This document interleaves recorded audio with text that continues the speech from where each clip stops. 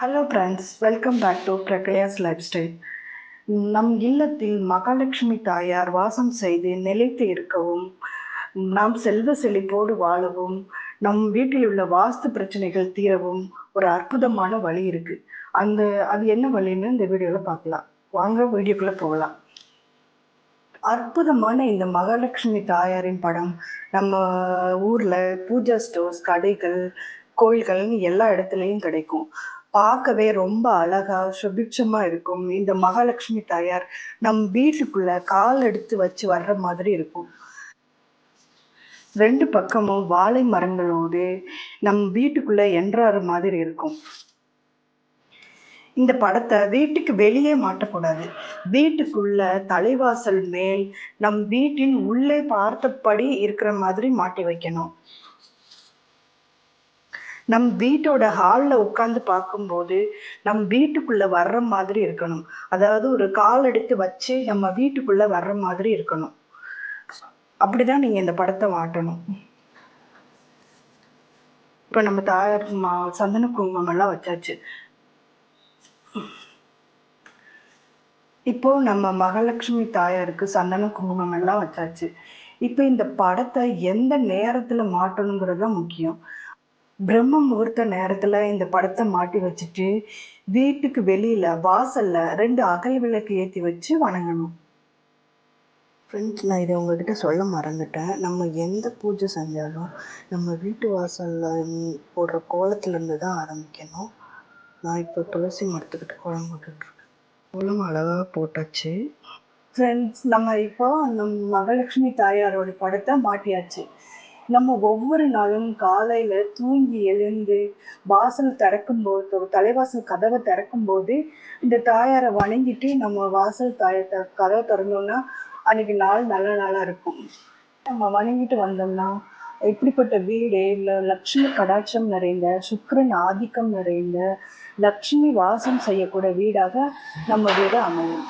நம்ம வீட்டுக்கு வெளியே வாசப்படியில் இருக்கிற 2 அகல் தீபம் ஏற்றிக்கலாம். இப்போது இதுக்கு முன்னாடி பார்த்தீங்கன்னா நம்ம வீட்டு வாசலில் இப்படி 2 பக்கமும் இப்படி இந்த மாதிரி செப்பல் போட்டு வச்சுருப்போம். பெரும்பாலான வீடுகளில் இப்படித்தான் இருக்கும். நான் அப்படி போட்டு வச்சிருக்க மாட்டேன். நான் இந்த வீடியோக்காக சொல்கிறேன், போட்டு வைக்கக்கூடாது. ஏன்னா இந்த வாசல் படிக்கு பக்கத்தில் தான் நம்ம வீட்டோட குலதெய்வம் குடியிருக்கும். நம்ம வீட்டோட மகாலட்சுமி தாயார் குடியிருப்பாங்க. நம் முன்னோர்கள், அப்புறம் வாஸ்து பகவான் எல்லாரும் இந்த வீட்டில் தான் இந்த வாசப்படிக்கு பக்கத்தில் தான் குடியிருப்பாங்க, வாசம் செய்வாங்க. இப்படி நம்ம செப்பலை போட்டு வைக்கும்போது அவங்க கண்டிப்பாக நம்ம வீட்டுக்குள்ளே வர தயங்குவாங்க. இப்படி நம்ம செப்பலை போட்டு வைக்கும்போது அவங்க கண்டிப்பாக நம்ம வீட்டுக்குள்ளே வரமாட்டாங்க. அதனால் அப்போ நம்ம செப்பலை எப்படி வைக்கிறது? பெரும்பாலான வீடுகளில் இடம் இருக்காது. அப்போ நம்ம செப்பலை எப்படி வைக்கிறதுன்னு கேட்டால், பெரும்பாலான வீடுகளில் செப்பல் வைக்கிறதுக்குன்னே தனியாக இடம் இருக்காது. அதையும் இருக்கிறவங்க செப்பலுக்குன்னு இந்த மாதிரி ஒரு கபோர்டு வாங்கி வச்சுக்கலாம். அது அப்படி செப்பல் உள்ளே இருக்கிற செப்பல் வெளியில் தெரியாது.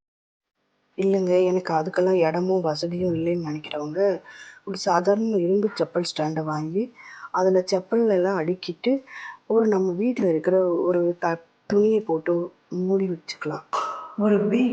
ஒரு வீட்டோட முன்னேற்றம் என்பது நம்ம போடுற சாம்பிராணி புகையிலையும் இருக்கும். இந்த சமைத்து குச்சிகளை பயன்படுத்தி நம்ம சாம்பிராணி போடும்போது இந்த மருதாணி விதைகள், மருதாணி செடிகள் காஞ்சு போயிருக்கும். அதை நம்ம எடுத்துட்டு வந்து பத்திரப்படுத்தி ஒரு டப்பாவில் போட்டு வச்சுக்கலாம். நம்ம எப்பப்போ சாம்பிராணி புகை போடுறோமோ அதோடு சேர்த்து இந்த மருதாணி விதைகளையும் நம்ம கலந்து போடும்போது மகாலட்சுமி வாசம் இன்னும் நம்ம வீட்டில் நிறைஞ்சிருக்கும். பாருங்க, நம்மளை கொஞ்சம் சூட பற்ற வச்சுக்கிறேன்.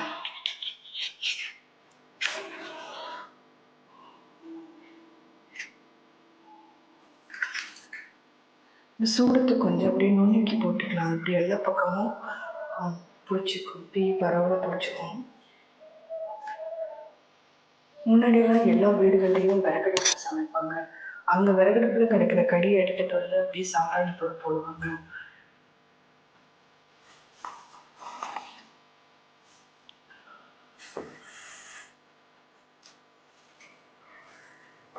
அந்த குச்சிகள் நல்லா எரிஞ்சு நல்ல நெருப்பு வந்துருச்சு. இப்போ நம்ம சாம்பிராணி புகை போடலாம்.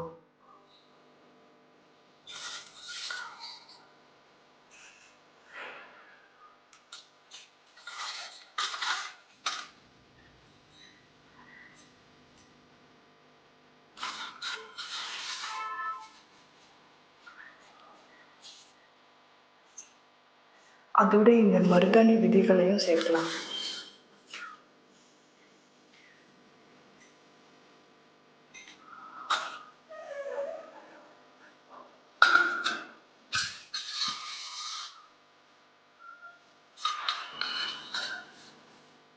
வெளியில் இருக்கிற துளசி மாடத்துக்கும் பூஜை பண்ணியாச்சு. ஃப்ரெண்ட்ஸ், இந்த வீடியோ உங்களுக்கு ரொம்ப பிடிச்சிருந்தா லைக் பண்ணுங்கள், சப்ஸ்கிரைப் பண்ணி என்னை சப்போர்ட் பண்ணுங்கள். கமெண்ட்டில் உங்களோட கருத்துக்களை தெரிவிங்க.